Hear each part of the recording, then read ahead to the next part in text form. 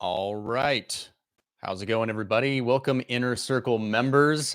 This is our very first uh, Inner Circle live jazz mastermind. Really excited for everybody who's here. Now, in case you missed the memo, what is the Jazz Mastermind? So, this is just a time to ask any jazz or music related questions. Right now, we're going to test this out, see how it goes with the Inner Circle. If you guys like this sort of thing, you find it valuable for both the replay listeners as well as the people who are live right now on this chat, then we'll continue doing it, right? Because we want to make sure that this is a resource that is helpful to everybody in the Inner Circle. So I'm really excited for this very first live jazz mastermind. So thanks so much for everybody who's here live. Feel free in the chat just to say hi. Mark, I see it says I read. Let me know, everybody, if you're able to hear everything going on, so that I can make sure that you're hearing everything that I'm saying right now. That would be helpful. Feel free to leave any questions, jazz questions, in the chat as well. Of course, I do have a little handful of questions already lined up. Hey, Todd, nice to see you. Thanks for being here. Appreciate you. So I will be answering questions that we've already received. If you go to the Inner Circle dashboard I've had over the last month, the ability for you to ask your question ahead of time. So we do have some questions lined up. We will have a recording of this after the call is done. We'll have it in the Inner Circle as well for you to reference it later. And of course, for all the replay viewers who are watching right now that could not make it live, so you can watch some of this and get some of these answers for yourself. Okay, we got a bunch of people. Let's just say hi really quick before we jump into the questions, because I'm starting to see the comments fill up here.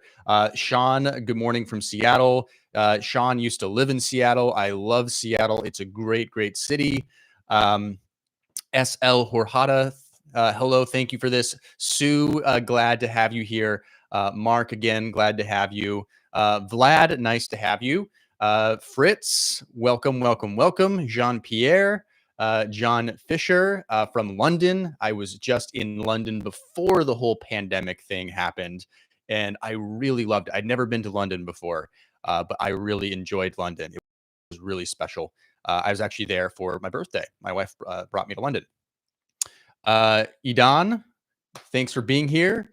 John, and Antone Wiwi. I'm not sure if I got that right, or if you're even French. Said it with a French accent. Bruce from Portugal.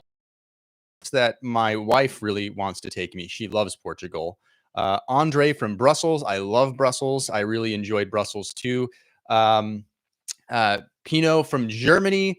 Brent Arnold, long time LJS community member. Thanks for being here. Interviewed Brent on the podcast one time. Nicholas from New York, woohoo! Simone from Maine. Wow, there's so many of them. Gordon from Tokyo. Matthias, Jennifer, Jeffrey from Indiana. I was born in Indiana. John, Jazz Stefan from Ashad. James, Adam from Long Island. Eric and William from Massachusetts. A lot of you in here. Thank you so much for being here. Believe it or not, sometimes I do these little live streams every once in a while, not very often, on my YouTube channel, and there's way more people here. And that just shows how dedicated you guys are to being a part of the Inner Circle. I really appreciate you guys. How's everybody enjoying the Inner Circle so far? I hope everybody's really getting a lot out of it. I'm really excited for some things to come. I'm just really excited about the Inner Circle. This is something that I'm just like pumped up about. And I think it's probably the best thing that, I've ever done, or team and I have ever done with Learn Jazz Standards. And I'm really excited just for all of the learning and the community that's forming. So thanks to everybody who's been a part of it so far. This has been, oh man, I wake up in the morning, I'm like, what's going on in the community today? It's really fun. Okay, a few more people. I want to make sure to say hi to everybody before we get to the questions. So we've got Aiden from Louisiana, Phil, I think I missed one. Ryan from Utah. Utah, what a beautiful state. Like seriously, Bryce Canyon, I haven't been to Arches yet, but anywhere I've ever been in Utah is really beautiful. Okay, who am I? They're coming too fast. They're coming too fast. You guys are coming too fast at me. Okay, Andre, Jennifer, Sean. Love all the resources in the Inner Circle. There are so many paths to follow. Yes, there are. Now, hopefully not too many. Hopefully you get locked into one or two of them. I'm thinking about coming up with some training to help people a little bit better get guided down a path. Michael from Chicago, another city. I really love Chicago. Jonathan from Kansas, Jeffrey from the Detroit area. All right. Wow. A lot of you guys. Thank you so much for being here. Sorry if I miss any of you. You're all very appreciated. Really excited to have you all. Okay. So again, for everybody who is coming in right now to the chat, feel free to leave Jazz questions. I'm not sure how many questions we'll get, hopefully I'll get through all of them. I'm here to help. I'm here to serve right now. I'm here to, if anything I can get clarity for you on, and I know the answer to it, that's what I'm here to do today. I do have some questions lined up already, so I'll go ahead and start answering some of those questions, and you can leave those and I'll come back for the live chatters. All right, so here we are. Let's get into the first question. So Glenn asks, how does chords analysis apply to improv choices? Okay, so Glenn, how does chords analysis apply to improv choices? So if you're familiar now a little bit with the Jazz Standards Club, you know that we do a color-coded chords analysis with Roman numerals in the Jazz Standards playbooks. If any of you have been through those books, we do chords analysis. So why is that even helpful? Like, who really cares? Like, what the Roman numerals are and all that stuff. So a couple reasons for that, so that you know why it's worthwhile doing. I'm the kind of person that I don't like to use my time on things if you don't tell me why it's going to be useful. So the number one is it helps give context for how chords relate to each other. Okay, it gives context for how chords relate to each other. And this is really the most important thing when we're thinking about improvising. We don't want to think about improvising over an isolated chord. So we don't want to just think, okay, we have a minor one chord. We could play a melodic minor scale. Like, we don't want to think that way, because what's most important when you're improvising and becoming a better improviser is thinking about what chord came before it and what chord came after it. And also what chord comes the next chord after that, and the next chord after that. Like, where are we eventually heading? A good example will be in the upcoming Jazz Standards Club study. We're going to be studying Out of Nowhere. Really great tune, one of my favorite tunes.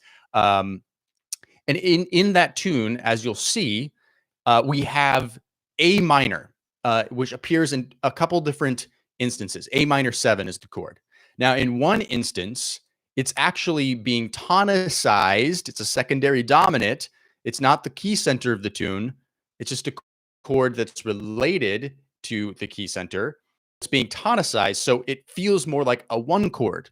Okay. Now, there's another instance, because the tune is in G major. There's another instance where the A minor is a 2 chord. It's a 2-5-1 to G major. Now, would you approach in your improvisation those two different instances of A minor a little bit differently? You definitely would, right? If we're arriving to a 1 chord, right, we're probably coming there from a 5 chord. And if it's a minor, maybe you're doing some altered tones, or you're playing an altered scale or something like this, and landing on that minor 1 chord. And you could be playing Dorian, you could be playing melodic minor, you could be playing natural minor, whatever it is. You could be playing no scales at all. But you're going to approach that differently, because that's a resolution point, versus the A minor when it's acting as a 2-5-1 to G major. That 2 chord is really just moving to the 5 chord. You're not resolving to the 2 chord. It's moving to the 5 chord, which is moving to the 1 chord. So number one, it helps give context for how chords relate to each other. The second reason that you do chords analysis is it helps you simplify the song form. Okay. Oftentimes when we look at these jazz standards, there's a lot of chords. We know that jazz harmony is a little bit more complex than some other forms of music. Like pop, is typically a little bit easier.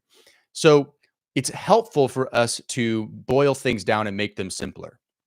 For example, let's use the tune Autumn Leaves.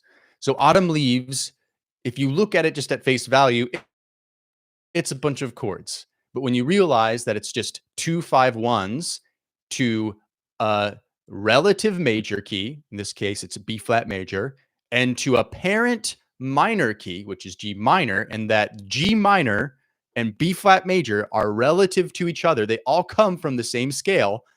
Okay, then we start understanding that we have a bunch of commonality in there. So when I think about Autumn Leaves, there's a couple ways to think about that one, but I like to just think, oh, okay, we're going to start with a 2 5 1 in the relative major, which is B flat major, and then we're going to go to a 2 5 1 in G minor.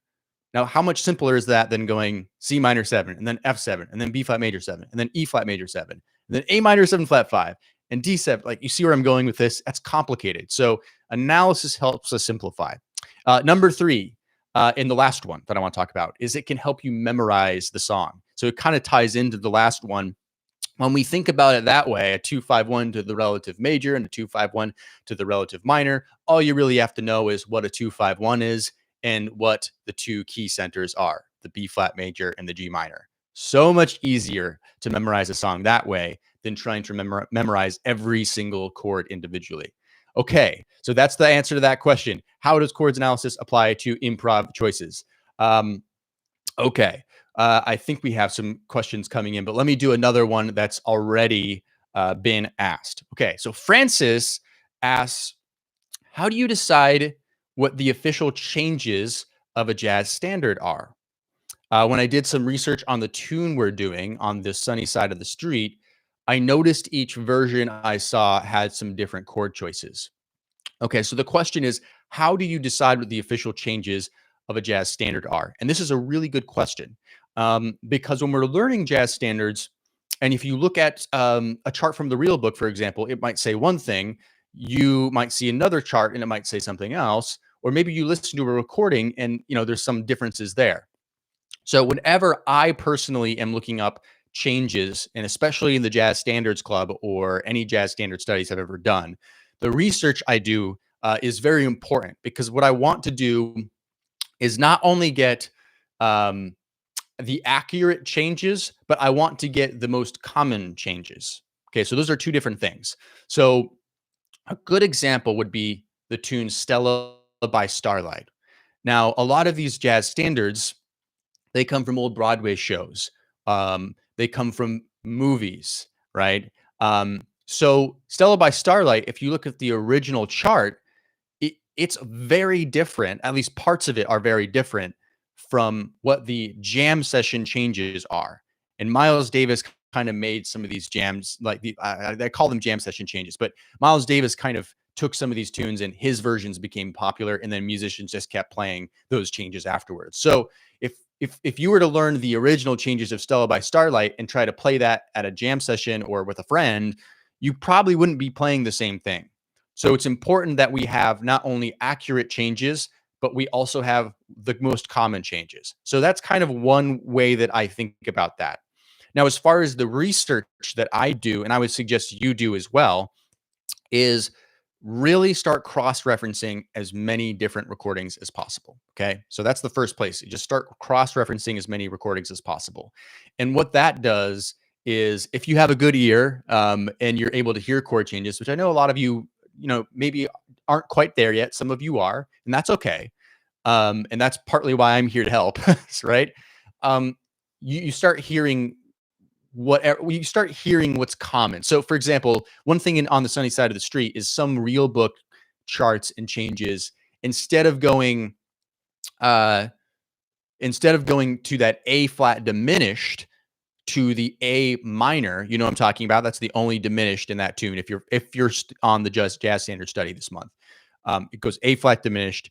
It goes G to A flat diminished to A minor 7. Okay. Now, some real book charts will just say, okay, actually, it's just a 2 5 1. There's no passing diminished. It's just a 2 5 1 to A minor. So it's just a B minor 7 flat 5 to an E7 to an A minor. Okay. Now, if you listen to many of the recordings that are out there, it's very clear that is not what happens. Now, that would be very easy diatonically, but what happens is it goes G to A flat diminished to A minor. So when you listen to enough recordings like that, it helps you come up to these conclusions where you go, okay, 3 out of 3, or in this case, 3 out of definitely all of them are playing that. So let's just say 4 out of 5 of the recordings did this particular change. And maybe there's this one variation on this one, but it seems like in general, that's what's happening. Okay. So that's kind of one, is just cross-referencing with as many different recordings as possible. And number two is the second thing I would do is look at least several different forms of sheet music. Now, oftentimes, I don't know about you. If anybody has a resource for this, I would love to hear it. I have a hard time finding the absolute original sheet music. There are, the publishers out there that have sheet music, but they're all a little bit different. So you're never quite sure if it's the best source and it's coming from this website and that website. Um, so I like to take maybe 3 charts if I'm in question of the changes and just kind of look at them. I'll take a look at maybe a book. I'll take a look at some another online chart that I find. I'll purchase it and take a look at it. So with all that research, and you can see that I do put time into this, right? This isn't just me slapping up some changes for you guys. Um, this is how I kind of come up with the conclusions of what's typical. Also, just experience, right? I mean, I've played a lot of gigs in my time, as if I'm like super old or something. And you start just figuring out what all the other musicians are playing. Okay. So that answers the question: how do you decide what the official changes of a jazz standard are? Awesome. Okay. Um, let's go to a question in the live chat right now. Let me try to get to the first one. How are you guys doing? Everybody doing okay? Um,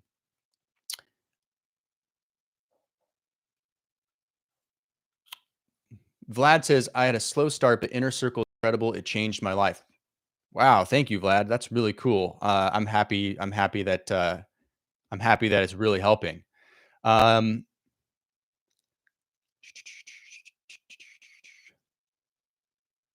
a lot of you are saying how great the Inner Circle is. I'm really glad you guys are enjoying it. That is like my main concern, is that everybody's really getting a lot out of it, like more than anything. Like I wake up in the morning, I'm like, is everybody enjoying the Inner Circle? Like, because oh man, I love the Inner Circle so far. You guys are awesome. Okay. I'm sorry, Antone. It's a combined name there.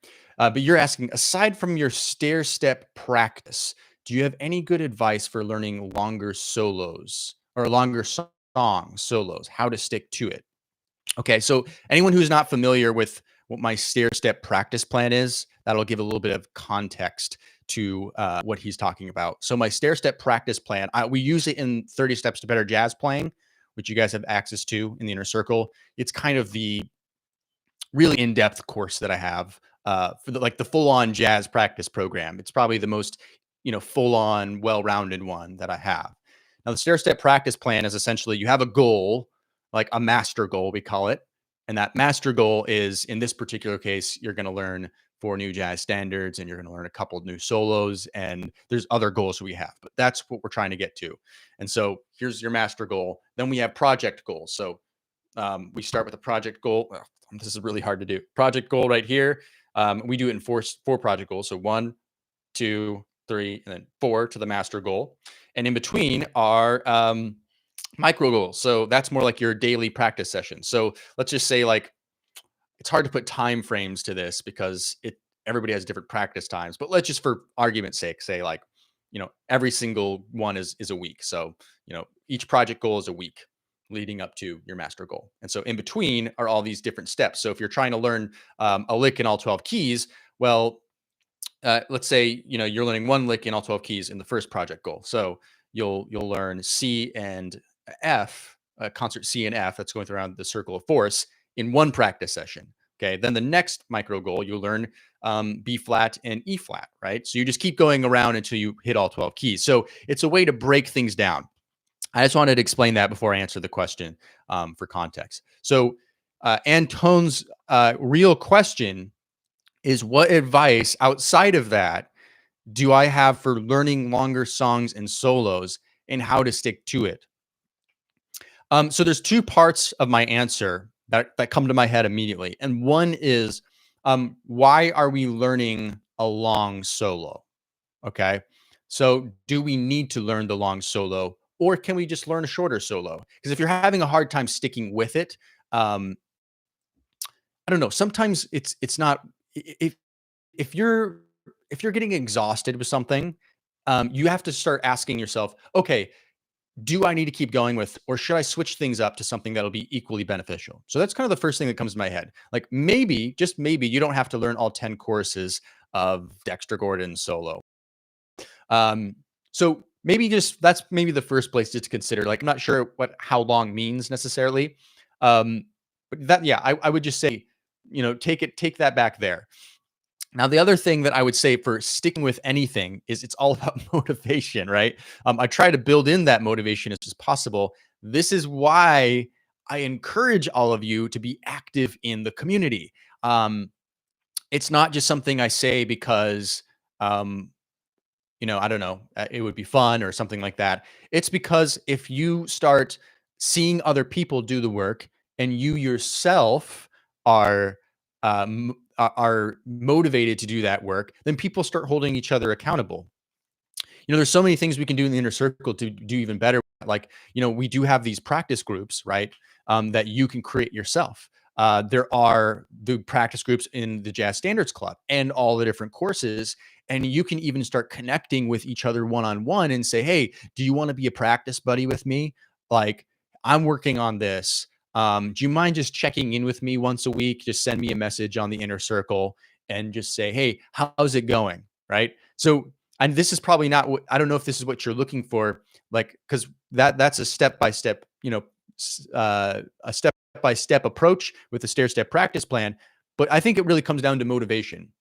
So number one, why are you doing a long solo in the first place? Do you need to do a long solo, or is just one or two courses good enough for you to like kind of take that piece of macro language and really learn from it? Um, and then number two is, look for ways to get motivated, and that's part of why we have community built into the inner circle, because I want you guys to get results. And so you don't always have to be active in the community. It's okay. I don't want to pressure anybody to do anything. um, I'm not the biggest online community guy, but I've learned how important it can be. So hold yourself accountable, get other people to help you hold each other accountable. Okay. Hope that helped a little bit. Let's answer another question here in the chat. Um, okay, Michael Crane asks, when you have a diminished chord, such as the A flat diminished in the fourth bar of Sunny Side of the Street, this month's Jazz Standard Study, or E diminished, second bar of It Could Happen to You, you would use the whole half scale versus the half whole, correct? Yes. So I think the question is, when do you use a whole half diminished scale or a half whole diminished scale? Okay. So the most simple way to answer this question is if you see it being used as a passing diminished chord, you're going to use the whole half scale. So anytime you're really improvising over diminished chord, the whole half scale is the one to go to. Whenever you see an altered dominant chord, okay, an altered dominant chord, that's an opportunity to play a half whole scale starting from the root. So let's say we have an E7 flat 9 resolving to an A minor 7 1 chord, so a 5-1 relationship. So then you could play a half whole diminished scale over top of that E7. Okay. So that's your tip there. That the half whole is really, I think of it more as the dominant 7 diminished chord that you play. Whereas the whole half chord, whole half diminished scale is the one that you would play over like an isolated diminished chord or a passing diminished chord. So in both those cases, in the Sunny Side of the Street, and It Could Happen to You, you'd use the whole half diminished. I'm not going to pretend that I'm like a diminished theory expert. In fact, in general, like, if you guys are familiar with my teaching, like theory is not something I overly emphasize, right? But those are the basics of diminished theory when it comes to whether you play whole half or half whole. Okay, hope that helped. Let's go to another question that was asked ahead of time. Eric asks, how would you approach, this is a guitar question for the guitar players in the group. How would you approach transposing on the guitar to get the most out of our practice? Change position to change key, or remain in the same position and learn to transpose within that position? So I'm a little bit more qualified to answer this question because I am a guitar player, as you guys know. The question really is, how would you approach transposing on the guitar to get the most out of the practice? And the context I think he's asking this in is, let's say you're in my Jazz Blues Accelerator program in the Inner Circle. You have access to that. And one of the things we do is we learn a short 12-bar etude in 4 different keys, and then we move to another etude and learn it in 4 different keys. And the question would be, well, if I'm just learning how to play everything in the same position and just moving it up the neck and moving it up the neck, it's more like I'm just learning patterns and not really getting it in my ear. I think that's the main concern, or I'm not really getting used to playing on different parts of my instrument. I'm sure this also applies to other instruments as well, especially other stringed instruments. Um, I have a couple rules for that when it comes to that. My first rule is I just call it it's not really something I call anything, but we'll call it the 2-position rule. So if you're learning how to play a lick in concert B flat, let's say it's a 2-5-1 lick over in concert B flat, then learn it in one position and then learn it in another position on your fretboard, so that you're switching things up a little bit. That way you're not just relying on being able to play that in one instance. So I think at least 2 positions. The second rule, I guess I would say, is just work on. So what you could do, like Eric sort of suggested, is if you're particularly weak on, let's say you're higher up on your neck or a different part of your position, playing different instruments now, then try doing maybe all 12 keys on that lick, up in the whatever position that is, really high up. Okay. So work on a weak spot when you're dealing with a weak spot that you want to overcome. And outside of that, just try to play everything in 2 positions. Now, they're not hard and fast rules. Sometimes I notice that the guitar players get really hung up and they're like, I don't know if I can move on to the next lesson because I feel like I have to do this in like a billion different ways on my instrument. And the answer is you don't. Just move on to the next thing and maybe try something different the next time. Or, in the case of that course, Jazz Blues Accelerator, try something different in the next module. A different position. So just try to change it up a little bit, I think. And that goes for all instruments. If there's a weakness on your instrument, try working material in that weak point. Okay. Good question, Eric. All right. Let's go to another question. Oh, there's so many questions. Oh gosh. Edan asks, hey Brent, really enjoying the Inner Circle. I feel I found a treasure box. Glad to hear that. My question is about improving my ear versus improving technical skills like reading scales. Which is more important? As far as jazz go, so just to repeat the question, is it more important to improve your ears or work on your technical skills like reading and scales? So I guess I see what you're going. It's not just reading, it's also scales. For me, every time when it comes to jazz, it's your ears. Okay. So working those ears is more important. It's not that the other stuff isn't important too, for maybe learning your instrument, and reading is great. There's a great reader. Like classical musicians, you have to be a really great reader, right? Like super great. Like it intimidates me a lot because I cannot read that well enough to just go through a classical piece like really easily. But for jazz, it's your ear. So if you think about it, the most important asset you have as an improviser is your ear, because when we are improvising, we are composing in the moment, right? We're composing in the moment. Composing allows us to slow things down, which is very valuable. But when we speed things up, we have to have ears that are working very quickly. So we want to have really great ears. We want to be able to hear what chord progressions sound like. We want to be able to hear music in our head and allow it to come out. Now, there's other aspects, right? So that's why you have to study your instrument, and scales can be helpful.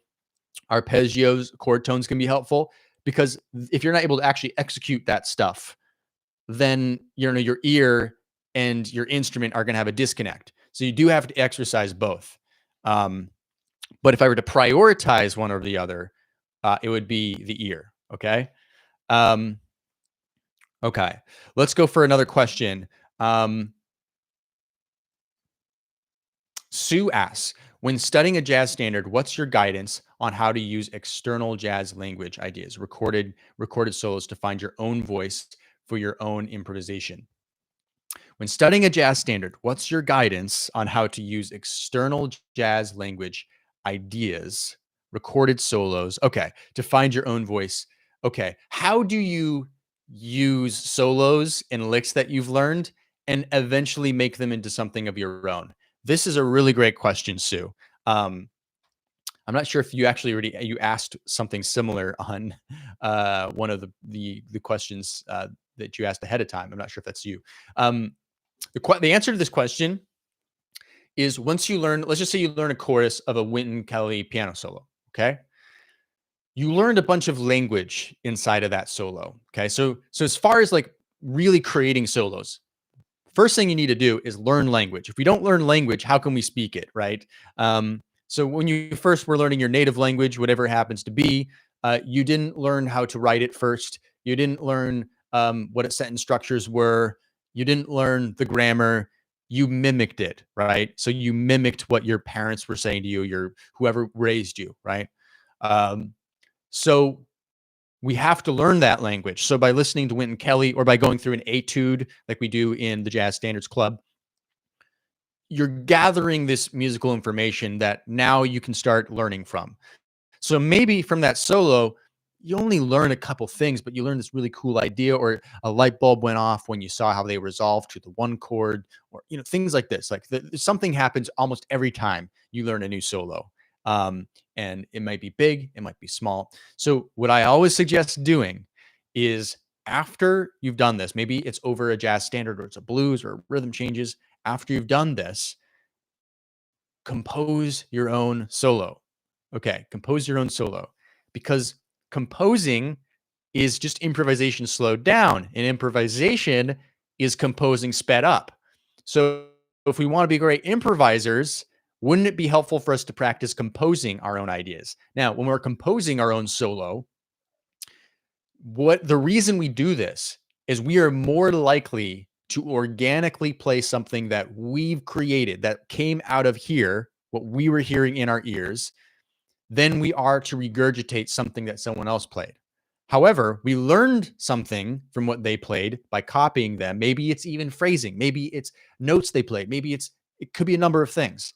And then we take that information, we compose our own solo, we take inspiration from that, and now suddenly we're creating our own music, but learning something from what they played, right? And now that you spent all that time composing a solo, you dream up a solo that you really want to play, right? But you're composing it, right? You're not improvising it. That is more likely to come out organically for you than it is something that you regurgitated. So, Sue, the answer to your question of how do you take those external ideas like solos and find your own voice is compose your own solo and take inspiration from their solo. Hope that's a good answer to your question. Okay, let's go to another uh, question that was sent ahead of time. Um, Brent Arnold, who is in the live chat right now, asked, is it true that if you know blues and rhythm changes in all 12 keys, that you can improvise over any song easily? Have others experienced this? Okay, so if you really get down blues and rhythm changes, he's suggesting in all 12 keys. Is it true that you can improvise over any song easily? Um, I What I like to say is you have an advantage if you can play those two song forms very well. And for context for everybody, the blues and rhythm changes are the two most common or popular song forms in jazz. Blues is really obviously where jazz springs. Blues and European marching music, New Orleans, African American tradition, like that's the root of jazz, right? So blues is important, and rhythm changes is really important, especially for bebop. And The reason those are important is because they really do contain a lot of the most important aspects harmonically of jazz. So the blues, you got dominant seventh chords, super important in jazz. You have 2-5-1 chord progressions, super important in jazz. You have the movements to the four chord, super important in jazz. In a jazz blues typical harmonization of a blues, you have even diminished seventh chords, right? In rhythm changes, you have another really important chord progression, which is the 1-6-2-5 chord progression. If you can play a 1-6-2-5 chord progression, like in all 12 keys flawlessly, and you have a million ideas over top of it, you are definitely going to be in good hands when it comes to other tunes. Now, does that mean that I think the phrasing that you used was, can you improvise over any song easily? I think that's going a little too far. But will you have an advantage if you can play those two song forms really well? 100%. Every song provides its own sets of challenges, especially some of the standards that don't use like really diatonic harmony, more modal. I'm thinking Fee Fi Fo Fum by Wayne Shorter, Juju. It's another Wayne Shorter tune. God Forbid Inner Urge by Joe Henderson. Believe it or not, one of the first jazz standards ever learned. I don't know why. So those, sometimes the blues and rhythm changes, they're going to help you, but they're not going to help you as much. You have to learn some other tools and tricks. So every jazz standard presents its different challenges. But is it true that if you know those two important jazz song forms really well, that you're going to have an advantage? 100%. Okay.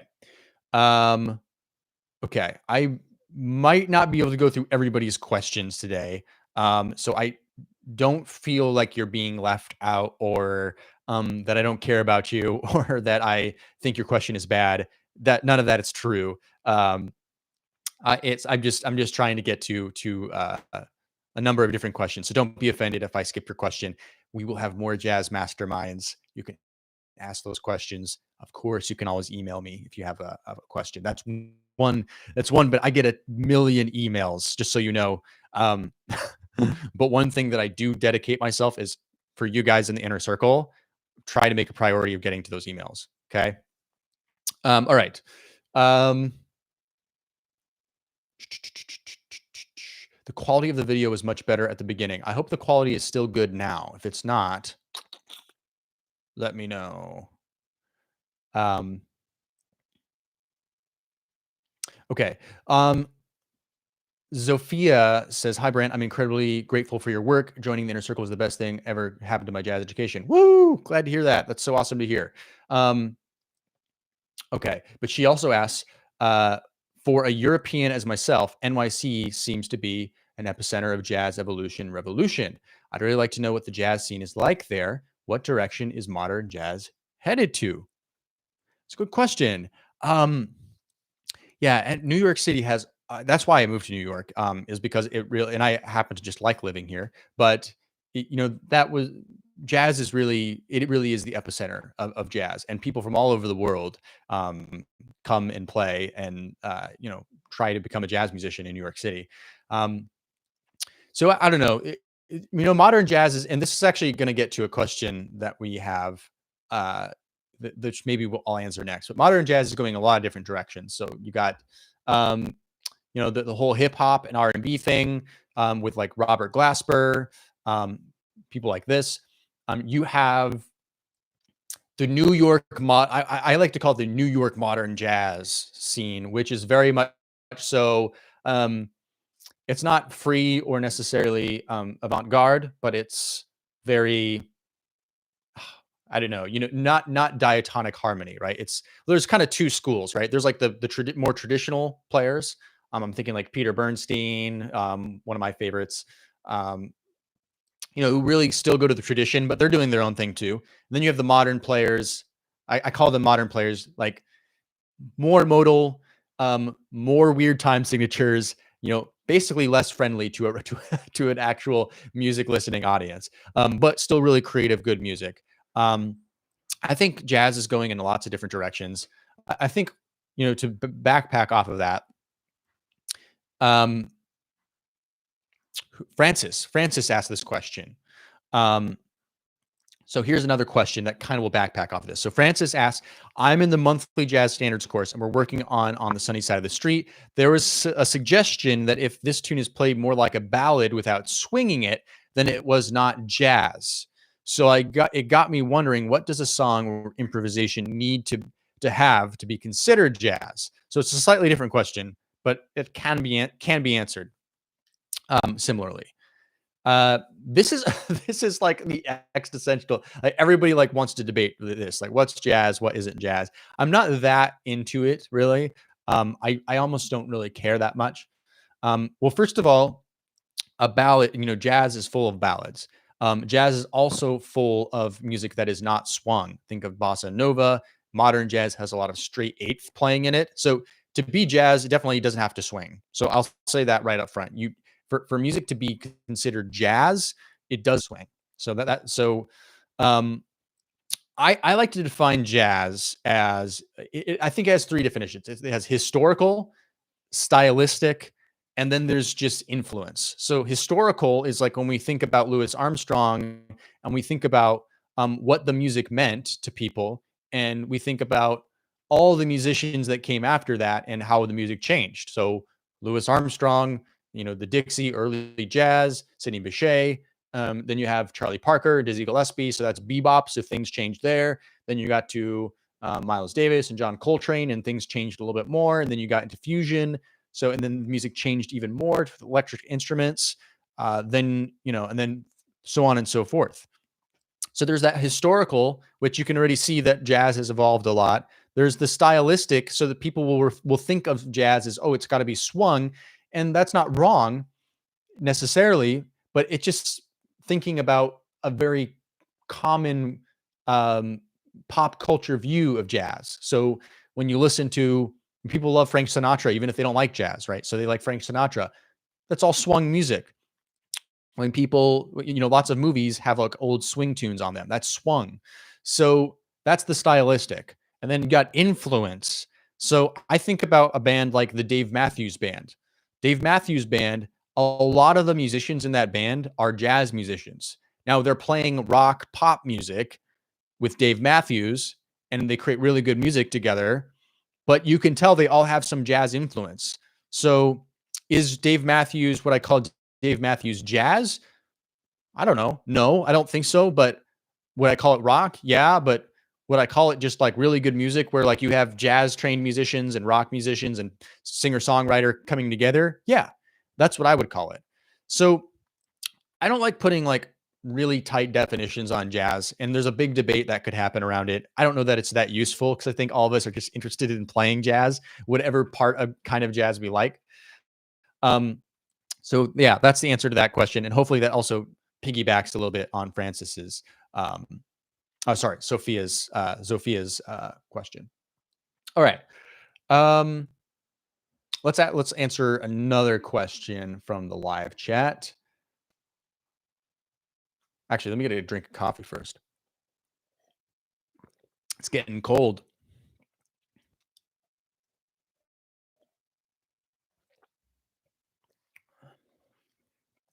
Okay,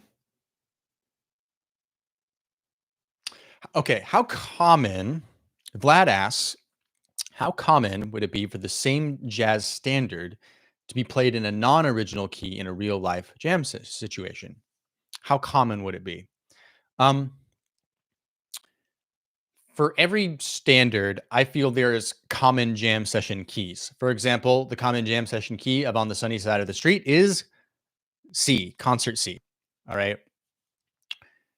Now, there's other tunes like Just Friends where there's kind of two common keys.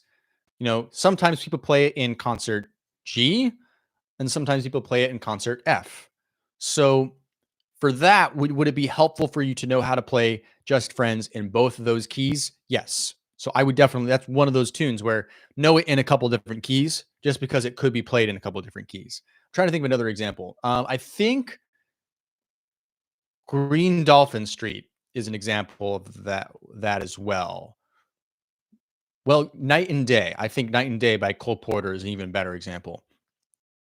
Sometimes Night and Day played in concert C. Sometimes it's played in concert E flat. So would it be helpful for you to know, if you're trying to play at a jam session, how to play that in a few different keys, in those two different keys? Yes. Now, as far as like, would you have to worry about transpo? I mean, that's something that makes a lot of people anxious. And that's another great reason for doing chords analysis, by the way, is if you're able to do those chords analysis, you can transpose a little bit better if you know Roman numerals. It helps, right? It helps. It doesn't make it super easy. But the hardest is like if you're doing a jam session with singers and you're not a singer, of course. So oftentimes singers will be singing in a different key because they're needing to sing it in their range, what they can vocally sing. So if you're doing a situation with a lot of singers, I would if you're playing a gig, just ask the singer what the key is so you can work it out ahead of time. If you're going to a jam session, I don't know. Because I don't want to just say, well, get really good at transposing because that's a huge task. Um, so I wouldn't say it's super important, unless there's a lot of singers at your jam session. So it's helpful to know. The answer to the question is helpful to know common keys of the tunes. Sometimes it's more than one. And if you're around a lot of singers, then be a little bit prepared or ask ahead of time what key they like to sing in. Or you'll just learn because the same singer will show up. Or you have a buddy, right? Not a lot of people here in the chat probably don't have like a local jam session. Okay. Let's look for some. Let's go to some pre-written question. Okay. Suzanne asks, how do I improve my chord tone soloing? Okay. How do I improve my chord tone soloing? Number one, should you ideally know immediately the chord tones of the five qualities of seventh chords for each pitch without needing to work it out based on the formula? And number two, know voicings across your instrument. She plays guitar and be able to instantly voice lead between them without having to think about it. Okay, so her question is, how do I improve my chord tone soloing? And I think her concern is when she looks at, and I'm reading into this, Suzanne, but I think your concern is when you look at some of the chord tone exercises in the Standards Club or some of the 30 Steps to Better Jazz playing, the other courses I have, you look at that and you go, well, I can't just do that, right? I can't just look at any tune and play an exercise like that. And, honestly, I don't know if I could do it flawlessly either. Like, I don't know if I could just be like that, like a robot, just like play perfect voice-led chord tone exercise. There's two parts to these sorts of exercise to really getting chord tones down and soloing of chord tones. So the first part is number one, understanding that exercises help solidify knowledge. Okay. So when we go over a chord tone chart for On the Sunny Side of the Street, this is to solidify knowledge. Here are the most important notes in this tune to target, right? Here they are. And here's how we connect them together. At least here's one way to connect them together and put this information so it makes sense to us, okay? So exercises like this help solidify knowledge. Like, here's some muscle memory we're going to get from this exercise. Here's maybe an aha moment of how to connect this chord to that chord, like a 2-5-1, right? Maybe, ooh, that's one way to do it. Cool. Or here are just the notes. Like, I didn't know the notes. Now I know the notes. So exercises help solidify knowledge. But number two, creativity helps us apply that knowledge. Okay. Creativity helps us apply that knowledge. I talked about earlier about composition, right? We have to get creative. So we can learn these exercises, but we don't want to improvise like these exercises, do we? Like, we really don't want to do that. Then we're just going to sound very robotic. Chord tones by themselves are not musical. They're just mapping out stuff. So we want to make music.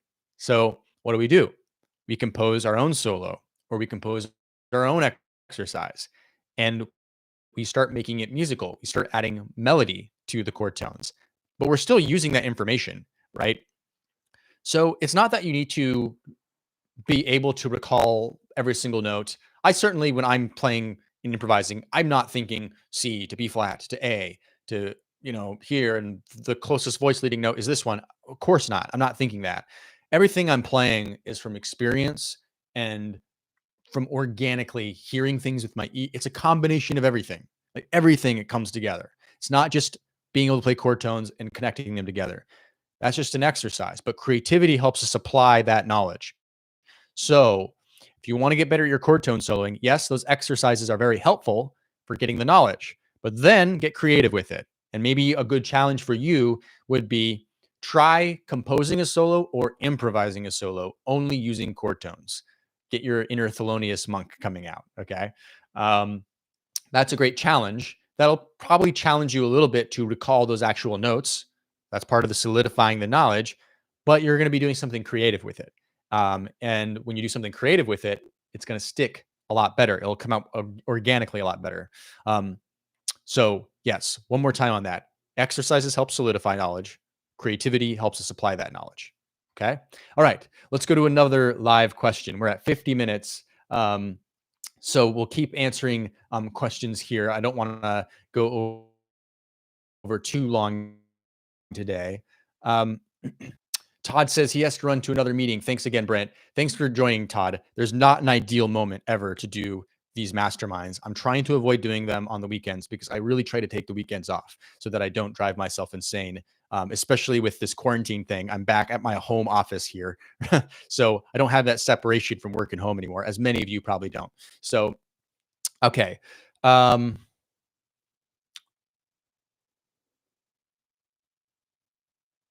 Let me try to find. I lost where I was. I don't want to miss too many. Again, I apologize if I don't answer your question. It's nothing personal. It's partly me getting lost in the comments. It's partly me just having to pick some. We can't do all of them. There'll be more opportunities for other months in the inner circle. Um,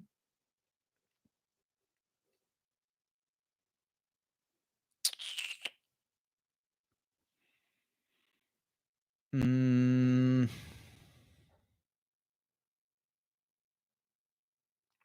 oh, yes. And that's another good point. Someone just said questions like yours, Steve. If Brent doesn't get to could be discussed in the inner circle boards. Yes, guys, take advantage of the inner circle community. Ask each other questions. Join in and answer questions, right? The more knowledge we pool together, the more answers to questions are there for everybody to use, right? Um,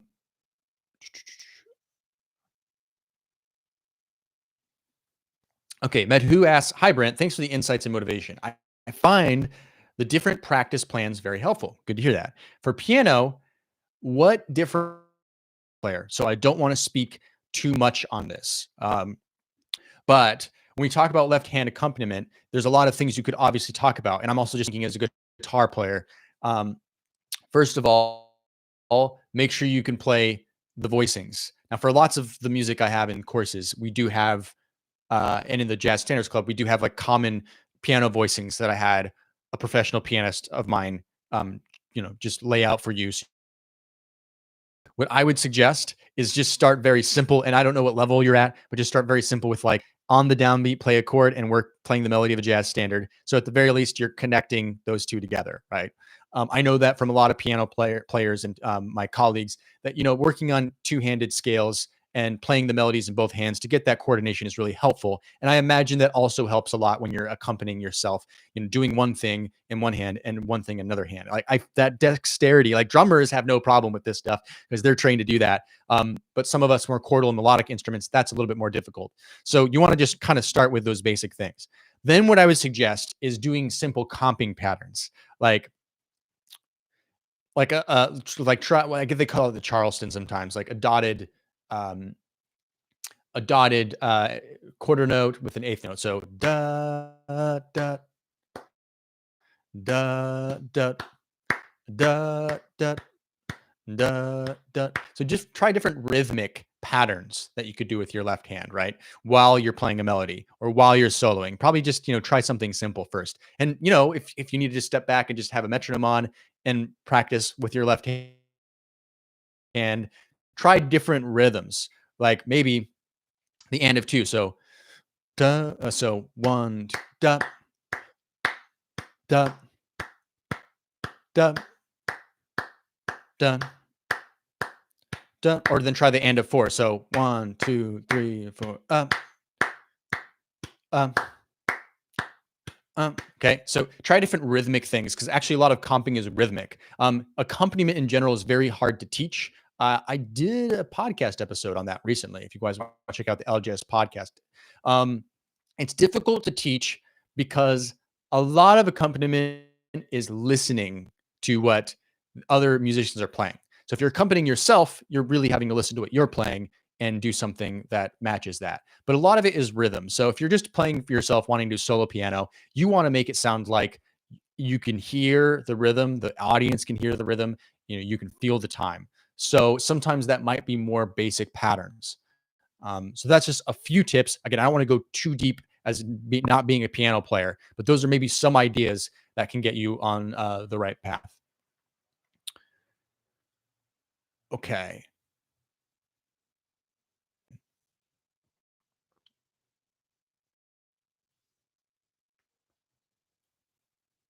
Okay, it says my connection is unstable. Or am I still here? Okay, hopefully I'm still here. Um, okay, so Steve's question issue. I don't get the value of guide tones, but I hear everyone relying on them. It's like I'm missing a connection. So the question is, why are guide tones valuable? So again, let's go back to what I said about chord tones. One, exercises help solidify knowledge. Two, creativity helps us apply the knowledge. So when we're talking about guide tones, the thirds and sevenths, what's the value of the thirds and sevenths, which are the guide tones? The value of them is that those are the chord tones that change from one chord quality to the next, right? So major sevenths, you have the major third, major seventh, dominant, you have the major third, the flat seven, okay, so on forth through all the different chord qualities. So the reason why you want to target those notes in your solos is because those are really going to help bring out the chord changes. So the best one, I mean, the one that I rely on most is to resolve to the third. So if you resolve to the third of a dominant seventh chord, the five chord, and then resolve to the third of the major one chord, so 5-1 relationship, you're really going to hear those chord changes come out. And same with the flat seven, but especially the third, or not the flat seven, the seventh of whatever quality it is, but especially the third. So so guide tones and targeting them, that's an exercise, right? That's not creativity. So to make that actually make sense, you have to be creative with it. And this could be just learning a lick from um, a musician. Steve, I think you play mandolin, so I don't really know of a good mandolin player, but any player. Um, so you learn a lick, and then maybe you analyze that lick and realize that Sonny Rollins lands on the third of the dominant seventh chord. And that's one of the ways he does it. And how does he get to it? Well, he approaches it from above, a half step below, and resolves to it. We call that enclosure. Doesn't matter, just music theory. The point is, how did he do it? And okay, he resolved to the third. And then maybe you can compose your own idea that utilizes resolving to those. So that all the guide tones, it's theory, it's exercise. So the value of it is those notes will help bring out the solos. That's theoretical, but the creativity of it is what really matters. So that's the value of guide tones and how you actually make guide tones more useful than just playing an exercise. Okay, let's see. Do we have any more of the pre-submitted questions? I want to make sure to get to those because those I appreciate everybody who's pre-submitted questions. Um, okay, here's a good question that I think it really gets to the heart of what a lot of people ask questions about. Suzanne asked this question, and she says, once you have knowledge of chord tones, and I'm sure she means a lot of other things, how do you let go and improvise without overthinking? How do you let go and improvise without overthinking? What are the best tips for this? Number one, we've already discussed that creativity helps us apply the knowledge. So one way is to compose your own stuff. The more stuff you compose and improvise by yourself, the more it'll organically come out. But another one is an exercise that I really suggest to everybody, and maybe some of you have heard me recommend this before, and that would be spend some time every once in a while playing free. I'm not talking about playing free jazz. I'm not talking about playing avant-garde. I just mean play melodies, okay? Just by yourself. You know, you don't have to, if you're a piano player or guitar player, you have to play chords. If you're a horn player, do your thing, whatever instrument you play. Just start playing melodies as slow, as fast. You don't have to play over chord changes. You don't have to play over anything. Just play melodies. and allow yourself to forget about any rules. And in other words, don't think. And if you hit what you think is a wrong note, that's not a wrong note. It's an opportunity to move the melody in a different direction. Okay. And just play this way. This is more psychological than anything, right? I'll tell you a really quick story, really fast. When I was in college, I went to college for music. Really smart, right? So I went to college for music. And in one of the classes I did, we were encouraged to do this, but we did it in front of everybody. So everybody would take turns going in front of the rest of the class and just freely improvising, with a rhythm section, but we were just playing free, random stuff. So one comment I got from a classmate after I did my free session was, Brent, that is the most relaxed and I've ever heard you play. Okay. That's the most relaxed I've ever heard you play. And can you, any of you relate to that? Like when you're improvising, you're tense because you're so worried about hitting the right notes. You're so worried about not making a fool out of yourself in front of somebody else. You're so worried that you can't play like John Coltrane or the person that you really look up to, right? You're so worried that you're never going to get there. But if we can train our brain to more embrace a mental approach of relaxation instead of our initial feeling being let's tense up because it's time to solo and we have to play something really smart and good and hit the changes to we're about to improvise. So I would encourage everybody to spend a little bit of time just playing a little bit free and try to start training your brain to relax and think more that way. Okay. All right, guys, we are at an hour. Let me see if there's any other quick questions I can answer here. I want to help you guys as much as possible.